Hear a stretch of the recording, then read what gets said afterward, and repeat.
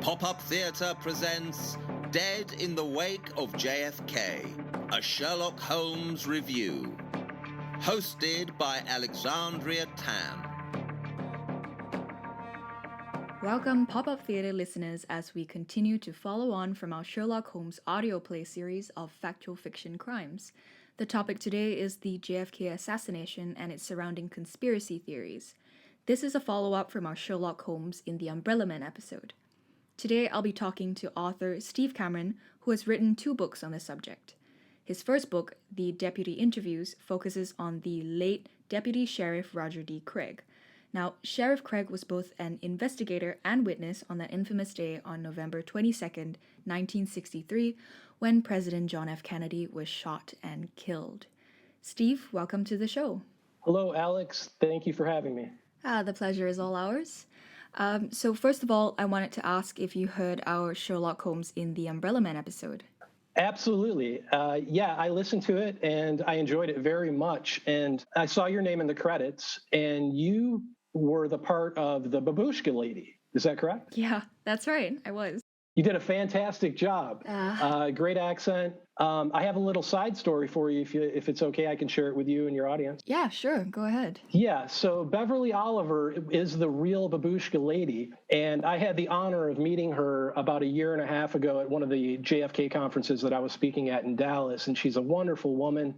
She was a dancer at one of Jack Ruby's clubs, the Carousel Club in Dallas. Oh, really? But what you guys did with that episode, it wasn't only entertaining, but there were a lot of facts in it, and I think that for anybody to be able to tie in Sherlock Holmes to the JFK assassination, you deserve a major award. Thanks very much. Yeah, we definitely enjoy making it.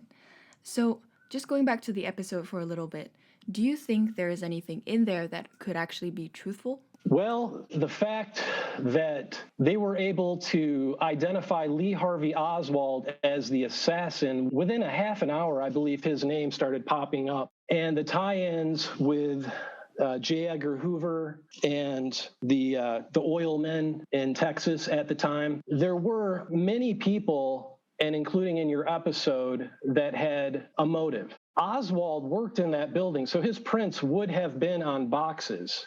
So it really isn't evidence for Oswald being the shooter. Right.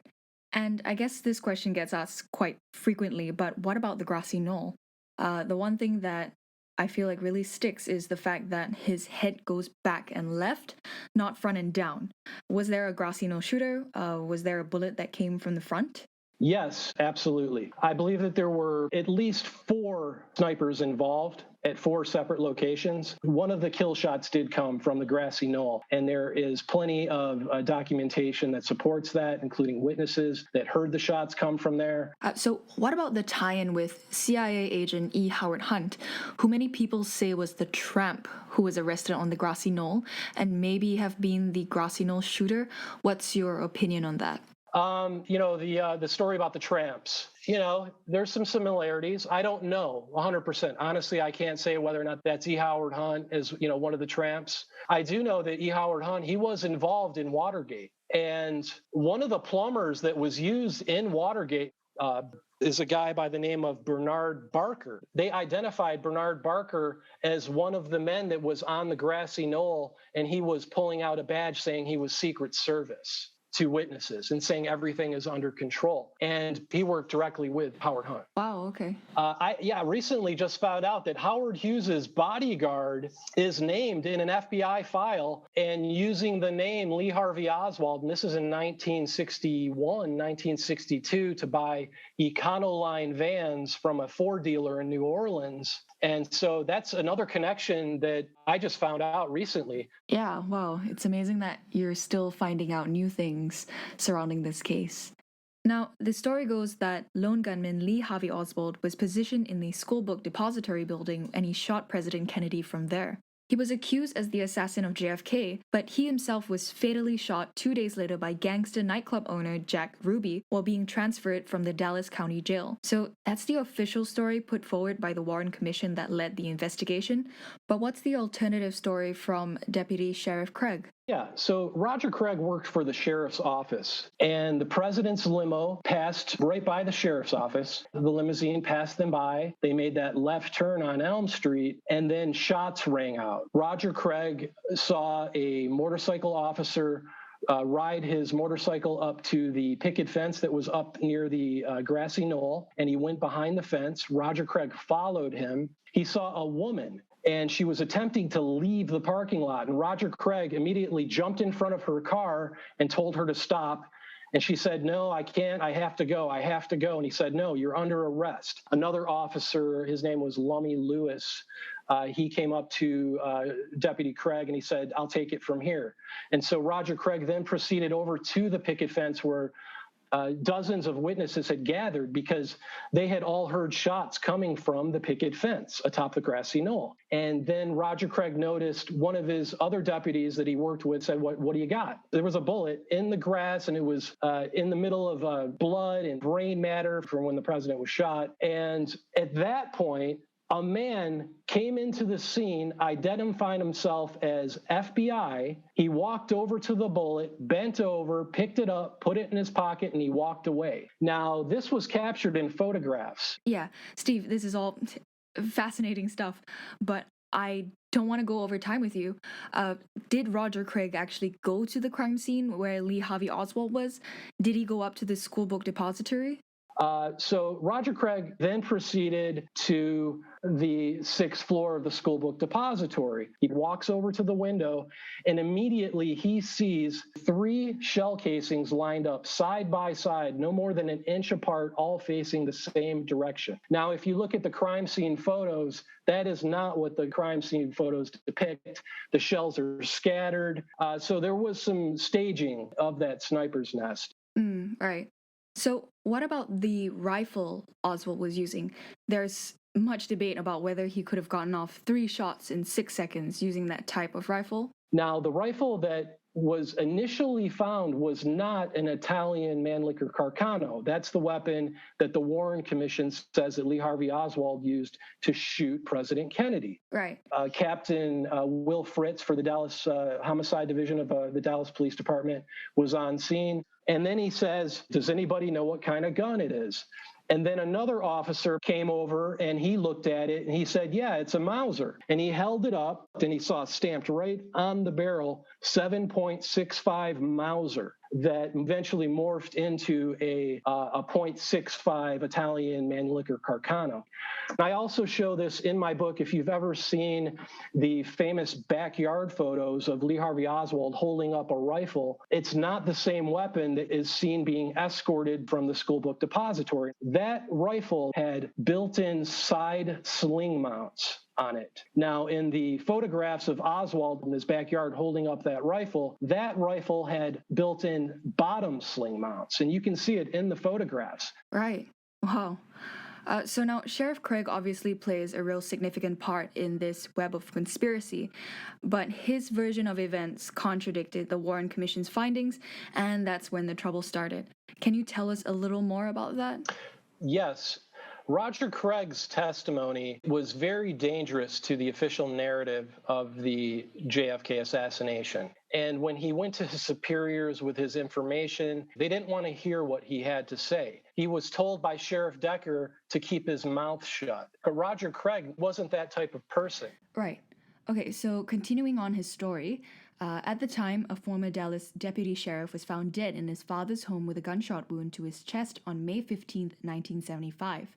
Now, the police investigation ruled this off as a self-inflicted wound, so basically saying he committed suicide. Do you believe this, and if not, why was he killed? Because he would not stop talking about the case. Anybody that approached him about it, reporters, people that were writing books, he would tell them what he knew. And then while he was living at his father's house outside of Dallas, his father walked into the house and found Roger Craig in his bedroom laying in the middle of the floor. And the gun was lying long ways on the bed. The bullet wound was actually at the very top right part of his chest or his collarbone, and it was on a downward angle, and it traveled down and exited out of his lower back. Oh, wow. So it's very suspicious the way that he died. He was not suicidal. Right. And many people, after the assassination, they died very mysteriously. On your podcast, The Sherlock Holmes, when Sherlock Holmes was investigating the case, if that would have really happened, Sherlock Holmes would have probably ended up like Roger Craig. Oh, that's really eye-opening. I'd just like to ask a final question as well. Do you think there's any possibility that one day, way into the future, all these files will be released and they'll finally get to the bottom of it? The optimist in me says yes, but it's been covered up now. What are we going on 60 years here that this stuff has been hidden? Much of the information, that probably will come out has probably already been released. But there are steps that we can take to finally get all the information out to the public, and that is currently being worked on. Oh, that's great to hear. Yeah, now, just a little bit of background information for our listeners. Steve is a writer, producer, and actor from Los Angeles. He's worked both behind and in front of the cameras in movies, television, commercials, and web shows. So obviously you're in the entertainment business, but what made you want to write this book and tell this story? Yeah, I began my career in the state of Michigan. I'm currently in Los Angeles, California. I worked here in the film industry for about 12 years before I ever knew who Roger Craig was. In 2012, I had lost my father to what was said to have been a suicide at that time, but it was under very suspicious circumstances, put it that way. And so I began researching online and looking into suspicious suicides and things of that nature. And I found Roger Craig's information. I started looking into Roger's story, and I just felt a personal connection to what happened to him. Right. Well, Steve, it's been a fascinating look into another side of the JFK assassination, and I know you have a feature film in the works titled The Deputy, which is all about this, so I'm sure this will only add to the ever-growing interest in this topic.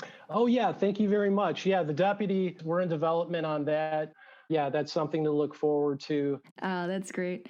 Is there anywhere else that they can keep up with you or watch some of your work? Absolutely. I'm not the greatest promotion person, especially for my own work, but I do have a YouTube channel. There's a lot of free content on there for your listeners. Yeah, I'll be sure to leave all of Steve's links in the show notes or the YouTube description, so just have a look there.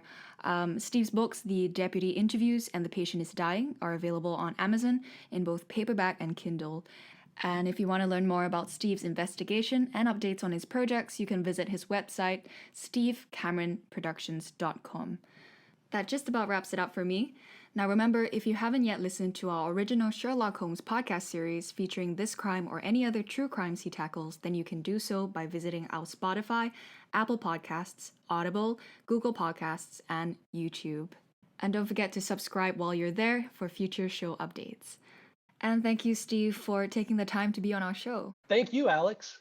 And just before I sign off, I'd like to thank Drum Asia Studio for sponsoring this episode. They're an amazing studio and live music venue here in Hatamas, Kuala Lumpur, offering rental of their studios as well as a fully equipped performance stage and seating. Their space is extremely versatile and we've used it many times. To find out more, visit their website drum-asia.com to play, practice, perform, and party safe at Drum Asia Studio. We hope you enjoyed this episode. I'm your host, Alexandria Tan. I'll catch you next time.